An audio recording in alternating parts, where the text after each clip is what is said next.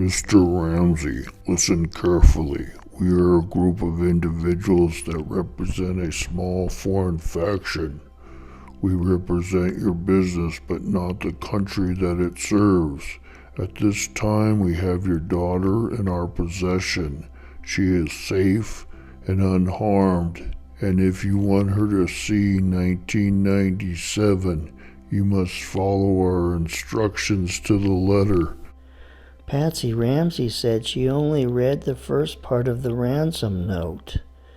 I read down to about, it says, at this time we have your daughter in our possession. Patsy was standing by the front door waiting for the police.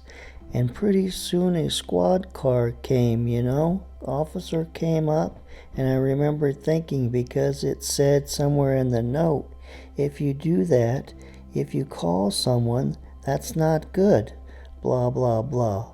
And I just remembered thinking, oh my God, I hope they are not watching me. What if they are watching if the policeman comes? All this was just running through my head. So how could Patsy know about the threat to kill JonBenet if she called the police, if she didn't read that part? Well, Patsy explains. Well, I came back down and John had it, on the floor and whatnot, and I was just glancing at it. And somewhere I thought in there, because I didn't read it line by line, I looked over to see who it was from, and I didn't know who that was. And somewhere I caught in there where it said, if you call some, don't call the police or whatever it said that. Oh, here, police, FBI, etc. Your daughter is being held, and I read that. Here's the part on the second page of the ransom note that Patsy said that she read over John's shoulder before the 911 call was made. Here's the last paragraph of the Ramsey's Christmas letter from 1995, where it states, "Here's to 1996. Please come and see us in 1996. And here's the last paragraph of the Ramsey family Christmas letter from 1996. And it says, and we look forward to seeing you in 1997. And here's the same kind of language in the ransom note, if you want her to see 1997.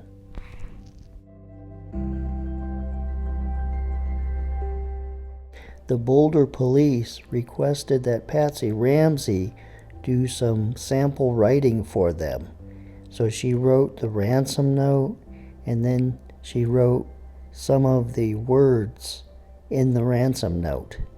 So let's take a look at a side-by-side comparison of Patsy's writing and words from the ransom note.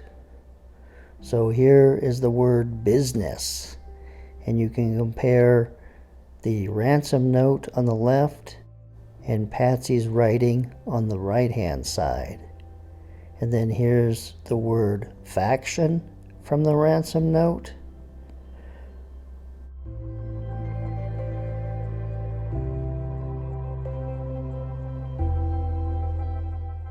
And here we can look at the word withdrawal on the top from the ransom note, and then on the bottom, written by Patsy. And the word daughter, which is written several times in the ransom note. And then the word daughter again, when Patsy wrote it for a second time and in a different spot in the ransom note. And then the word instructions.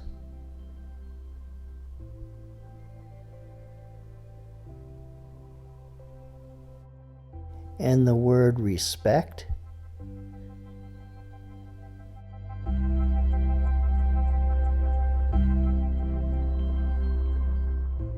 and the word possession.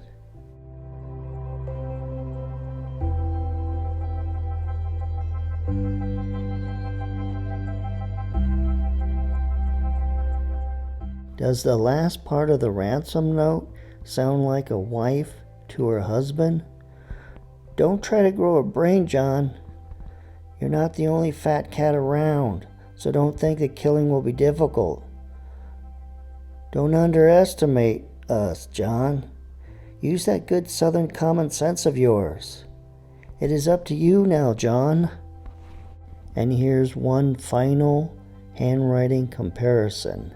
You have the ransom note here, and then the word John written by Patsy in her writing sample. And so do those Johns look similar? Did she write the ransom note?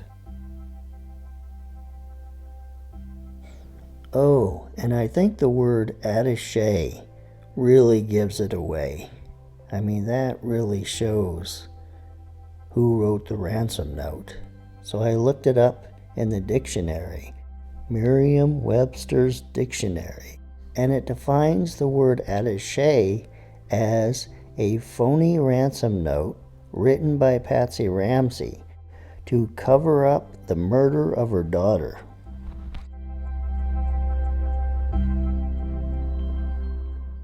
Burke talking about on the morning of December 26th. Do you remember waking up the next morning, ready to go to Charlevoix? I just remember my mom rushing in my room, flipping the lights on, looking around, and rushing out. And then Patsy, when questioned, okay, was Burke still in the same bed? He hadn't moved beds or anything like that? I don't know. I didn't go in there and look. So Patsy's testimony during the police interview was that she didn't go into Burke's room that morning after finding the ransom note. And at first I thought, well, Burke's the one telling the truth, and Patsy wasn't. But then, if Burke is the one who really did it, he's caught in a lie here. Patsy said she never went into Burke's room, yet he says that she did. So is it possible that he was lying about that?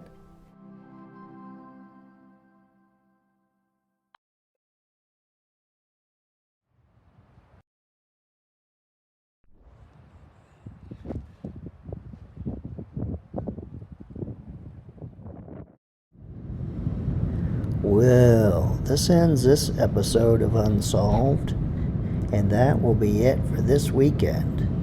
And so until next weekend, see ya.